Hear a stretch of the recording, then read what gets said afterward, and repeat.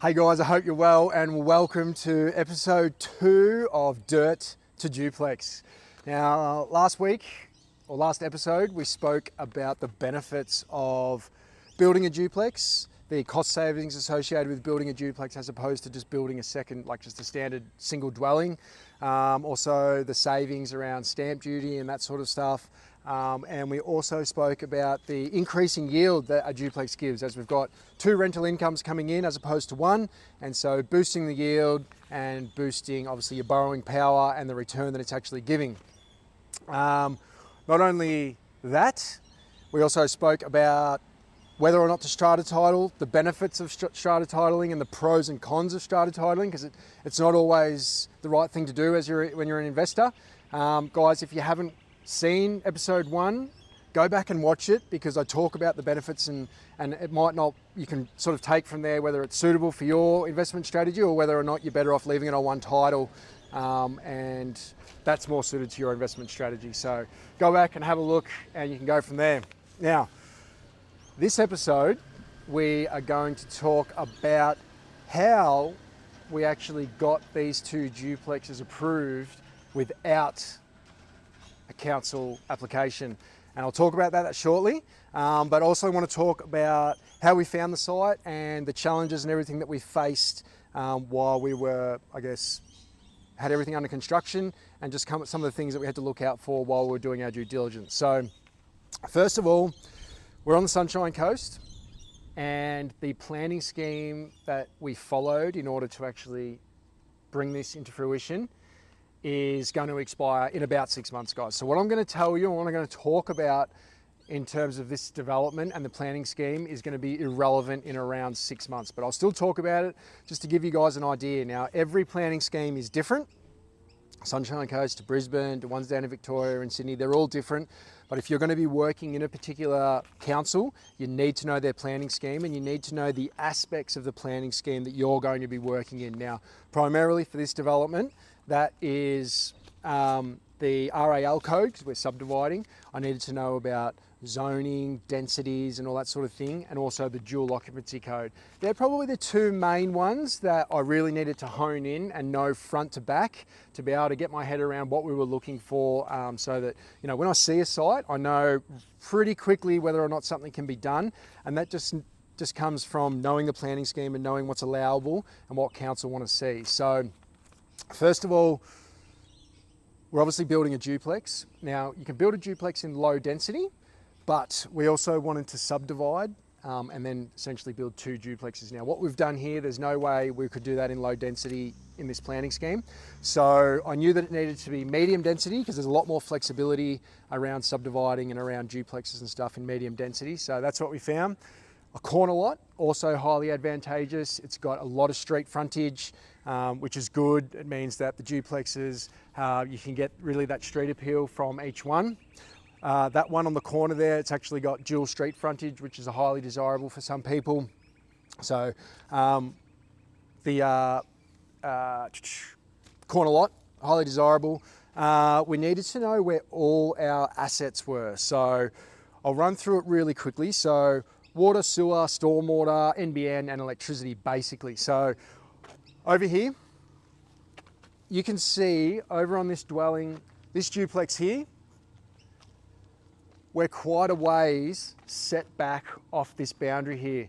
Now the reason being is that there's a sewer line running straight across the road here into that pit, and then it runs straight down there. So there's a 3 metre wide sewer easement there, and there's actually a big 750 mil storm water pipe that runs through here underground and it runs straight down there.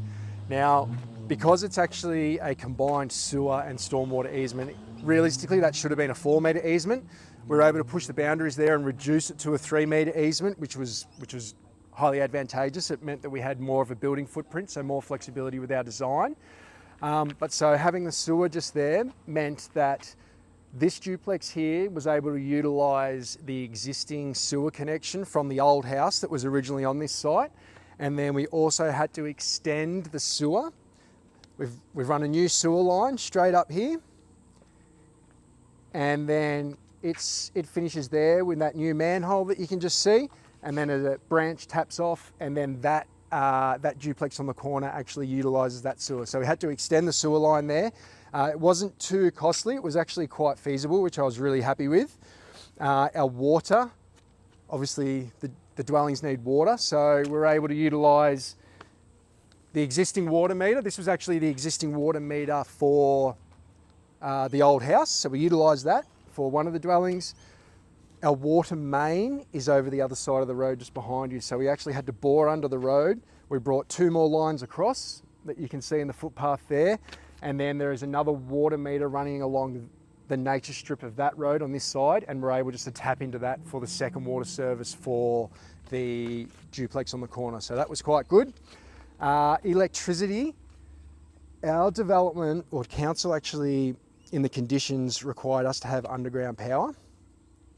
It is super expensive and it takes a long time, and it can really hold up a development. So we did a negotiated decision and went back to council and actually negotiated to have the electricity slung overhead for both dwellings. So we've got it swinging over here from that pole to this one, and then there's another pole that's going to be over on the corner there that's going to be swinging across and slung onto that duplex. So we're talking a cost saving there, guys, of probably about 25 grand per block. So 50 grand in total to get underground power to each one versus 2 or 3 grand for each one for overhead. So it's a fraction of the cost. So if it's worthwhile, if you've got a development, you get an approval. The electricity is something that's always overlooked, or quite commonly overlooked. So dive into your conditions and see what council require to do. And if it is, they have conditioned it to be underground, it's worthwhile going back and trying to negotiate to be overhead, because it's a lot more cost effective. So NBN, there is NBN just running all along the nature strip, so that was really easy. And stormwater, guys. Now, Bianca always tells me stormwater is really boring and nobody ever wants to hear about it. And I get it.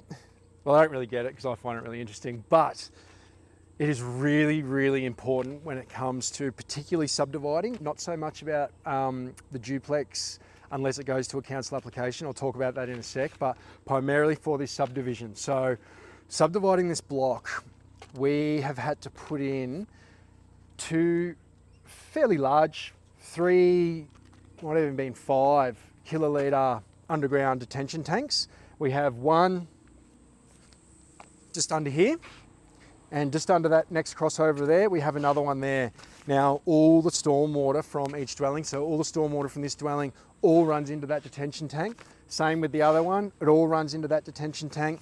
It holds the water, it slows it down, it has a slow release. So say in a 1 in 100 year storm, you think about some of the storms that we get here in Queensland over summer, and it absolutely pelts down, and it's the stormwater network, council stormwater network here, even though that's a 750 mil pipe, that's collecting stormwater from all around here.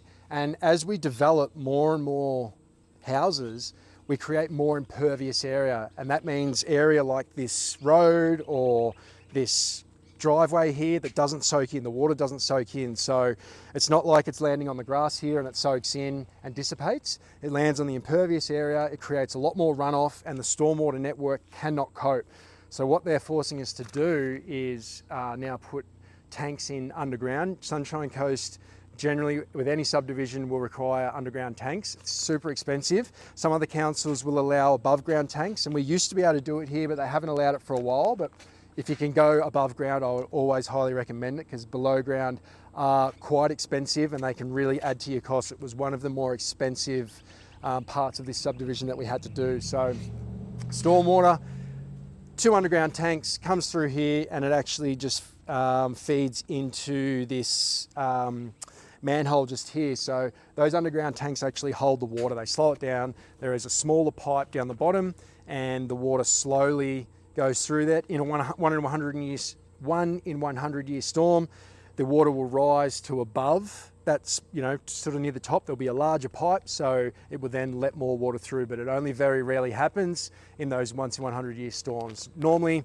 it'll just seep through the small pipe and just slowly release it out to that stormwater network. So One of the things that we really had to, and we knew when we were doing the due diligence, but we really had to take note of this site was it is in an overland flow path, and it sort of comes sort of down here and it flowed sort of straight through the site there. So we've actually had to fill each block, and I'll get you, maybe come over and have a look at this.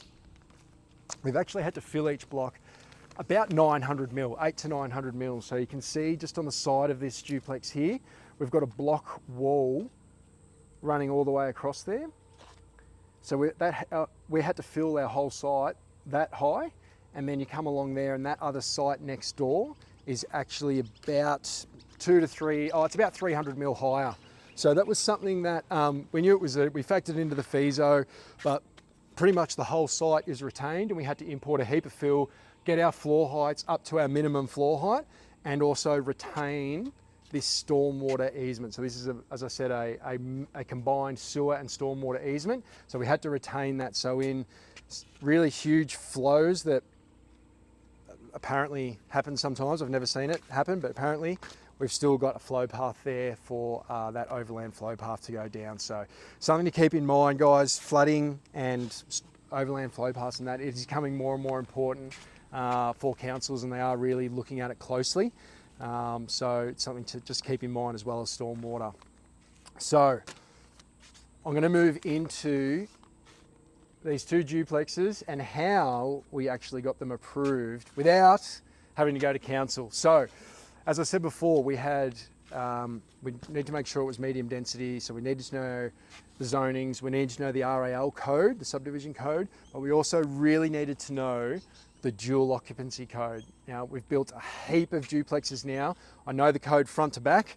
There's going to be a new one come out in 6 months, so I'm going to be frantically learning that one. But for now, I know this one front to back. So I know exactly what needs to happen. I know all the requirements from setbacks to site cover, landscaping requirements, everything. And so in the dual occupancy code, you'll see, if you pulled it up, you would see on the left-hand side is our performance outcomes, and on the right-hand side is our acceptable outcomes. Now, the performance outcomes are if it goes to a code assessment, town planner, creates your application and everything, and it goes to council for a code assessment.